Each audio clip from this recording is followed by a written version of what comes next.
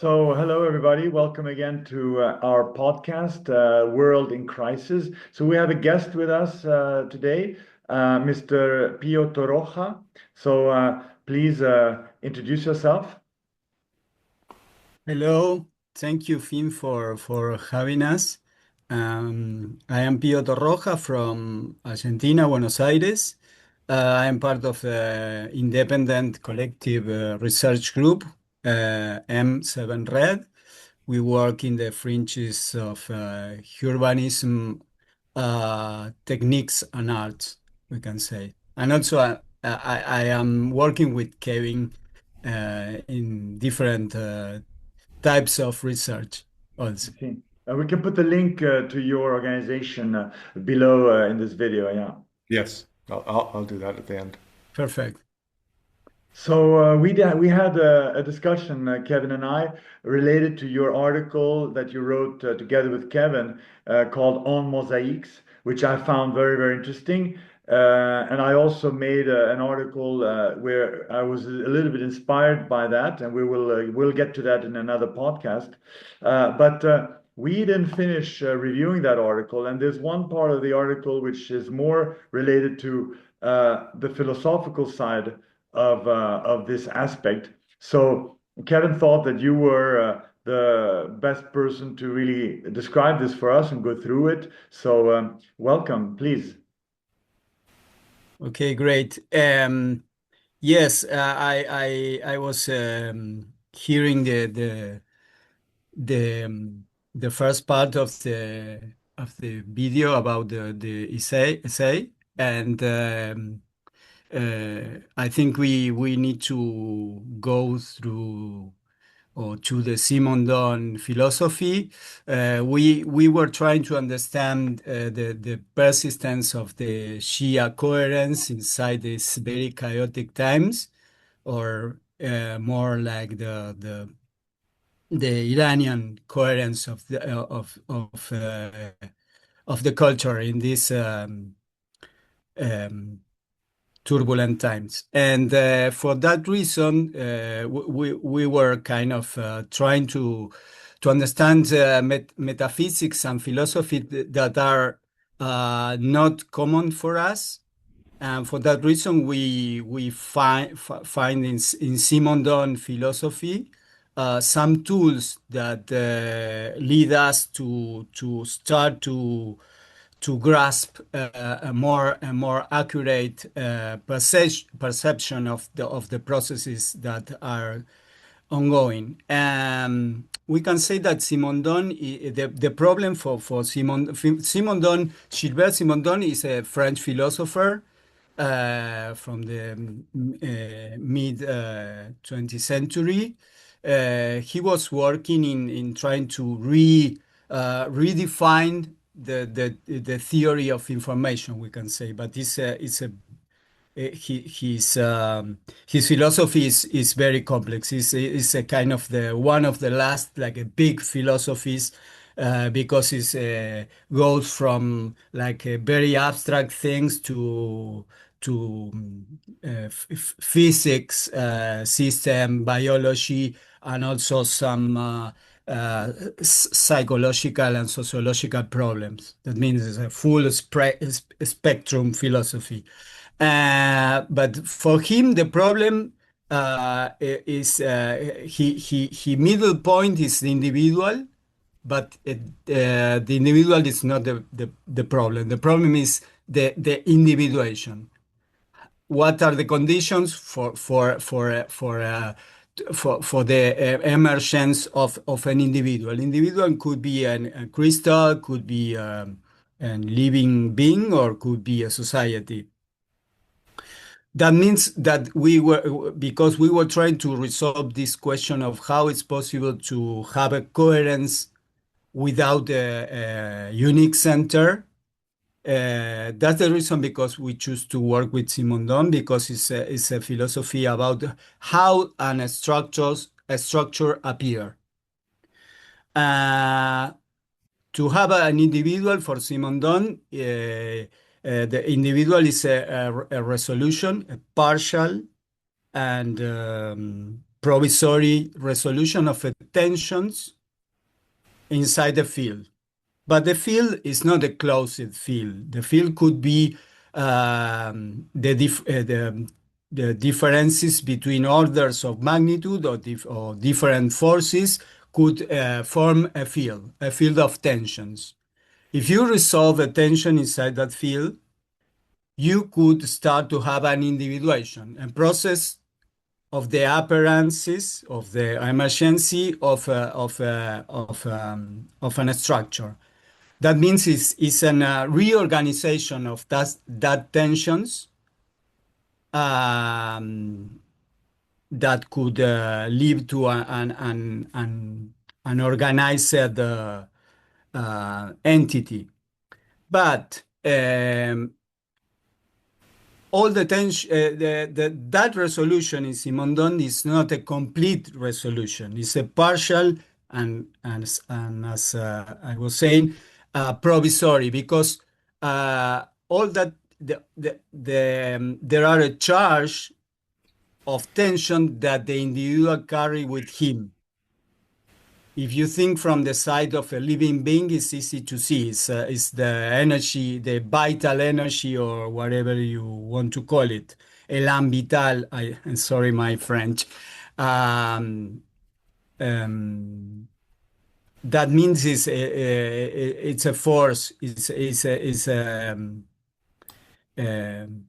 a charge of tension that could lead to this individual to go to another individuation. We cannot hear you, Finn.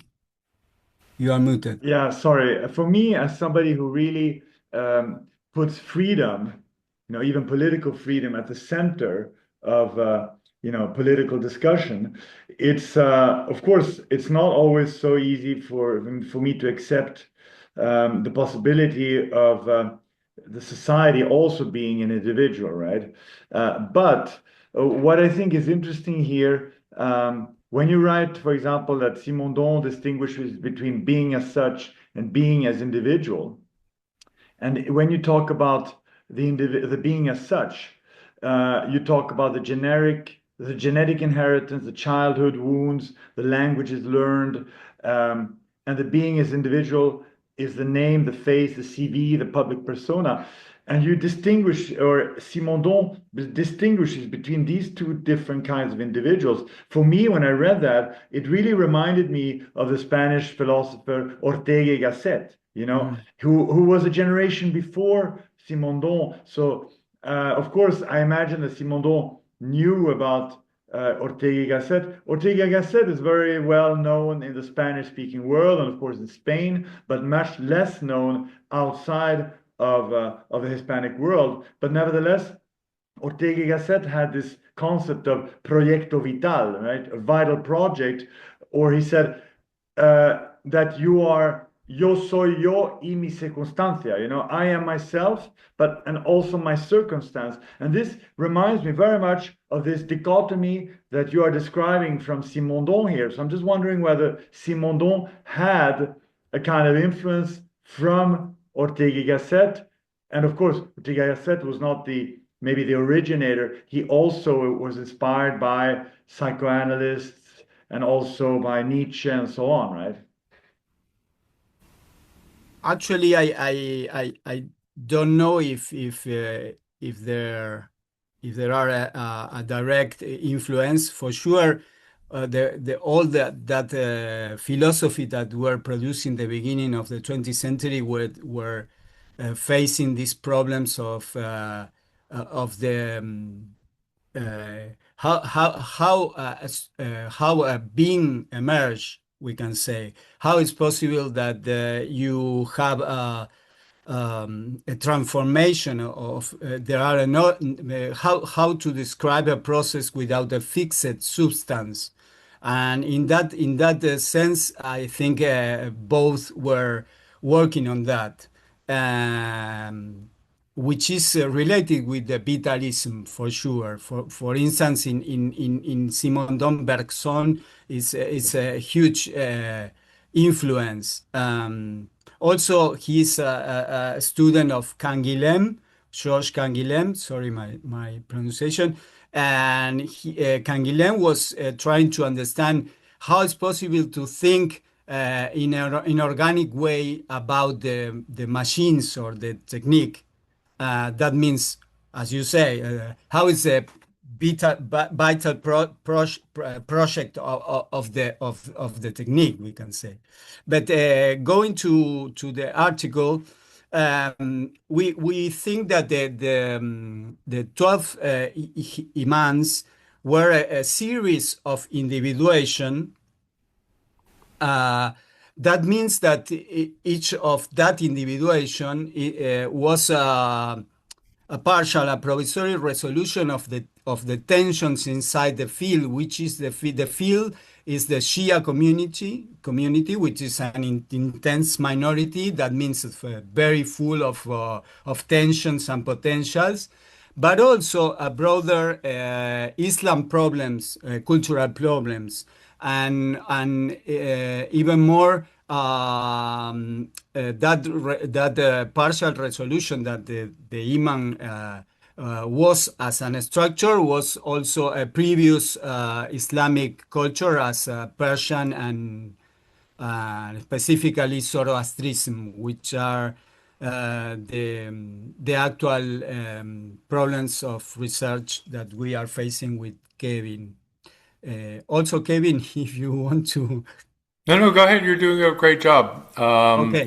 I think one point is like individuation, like for the each iman can be on the one scale, individuation, but also each person. We're constantly individuating. We're constantly becoming different over Yes. the years, over the months. And this theory allows us the flexibility to understand how an individual, it's actually the difference between beings, as being a static person, which in a way we have a name, we have some identity, but we're constantly changing, we're constantly becoming. And so this is where Simondon proposes a process to understand this resolution of tensions between what we have inside of us and the environment that we exist within. Great. We were trying to understand how it's possible to have at the same time a strong, like hierarchical figures, like in the Shia community, but at the same time, and a very distributed authority through the field, through the community. Uh, we see, for instance, the 12th Imam as a strong hierarchical figure, a figure that could organize a community, but as we see in Simondon in the individuation process, maybe that fortress came with this immense potential charge that the Imam contains. That means that the Imam is not like a fixed and final solution of things. That leads us to a new concept, which is not inside the Simondon system, but you could grasp it there. You could assemble with some parts of the Simondon system this concept that we were working with Kevin, which is ontolysis. That means onto is like an entity and lysis is like a dissolution. And we see that in the major occultation, you were talking about minor and major occultation yesterday. And in the major occultation, we were trying to see this process of ontolysis. It's analogous as when you dissolve a crystal in water or in another solvent, you start to have the water, for instance, or the solvent, being more and more charged with new potentials that came from the crystal. And you start to feel the more like a tense and saturated field. Um, that means that in that field you have the possibility to a new individuation, new restructurations, the potentiality of new structures to arise. When the major occultation occurs, we see that process. All the orientation, that means the coherence and the tensions and potential that the figure of the man could structure, start to redistribute in the broader community, in the field, in the extended field of the community. Um, that means that the community start to be more powerful in the sense of the more potential or differential of potentialities. Um, that's one of the things that we were trying to use to understand the nowadays problems. That there are that process of the redistribution of authority and orientation that not settle on specific individuals. That's interesting. It depends into the extended field of the community. It's a cultural effect if we use other jargon or other lexicon. Simondon called to this distributed potentiality or this communication between the potential of the different individuals a trans-individual field. To be clear, it's a social field, it's a collective. Yeah. And so what we later discuss is transcendence and immanence. If you have one strong leader, that's obviously an example of transcendence. But with this occultation and this dispersion into the field, that's political immanence, so that each individual isn't as strong, anywhere near as strong as the one, but within the collective, and not everyone joins, obviously, but it disperses this power within the collective. And that's what allowed Iran in this time, during this war, enough social cohesion to survive the onslaught. Interesting. It will be interesting to see what, Shia, priests or Shia clerics think about this, because for sure they have been thinking about these kind of questions. The question is only whether they have made the link that you are making with this kind of metaphysical aspects of Simondon. It will be interesting to see what they think. If you have the possibility of sharing with somebody who really knows, Shia philosophy, but very interesting anyway. Thank you. It's interesting because I don't know, I haven't read that any of the leading Iranian figures are experts on Simondon, but some of them have written PhDs on Immanuel Kant, for example, so they're well informed. It's amazing sometimes these leaders, their intellectual background. So Yeah, they are well informed on Western philosophy. exactly. Okay. Very interesting. So anything more you want to add, Yeah, Pio? but a bit more. The process repeats itself because when the Ayatollah Khomeini arrives, we can see in this extended trans-individual field, we see a new individuation, an intense individuation with the revolution. Uh, then you have the second individuation with the Ayatollah Khamenei. With the killing or with the assassination of the Ayatollah Khamenei, we see a kind of a new ontolysis.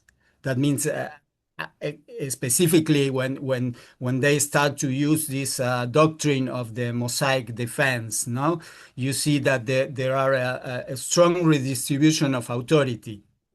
And then you have a new individuation, which is the selection of the new Ayatollah, which is the son of Khamenei, Mujtaba.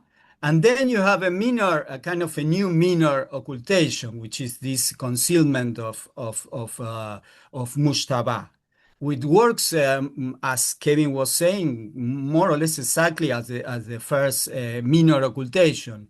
He talks through intermediaries. Um, But you see that the whole society, the whole community, the whole collective are very now recharged with this distributed authority. Um, okay, okay, I want to add that. Okay, well, that's good. Thanks. Very interesting. Um, it's always interesting to use philosophical ideas and schools in order to try to analyze what's going on in societies and politics. I think it's key. So, any final words, Pio or Kevin, before we close? Also, No, only that, go ahead. as Kevin was saying, as we are start to go to understand the philosophical metaphysical problems in the Islam and Shia, which are very complex and abstract, and for sure, as Kevin was smartly saying, they already do that that thing. They know more of our philosophy than we of theirs. Yes, exactly. Okay. Well, thank you very much. And for sure, we'll get back to these kind of topics very soon. And we'll be happy to have you on again another time, Pio.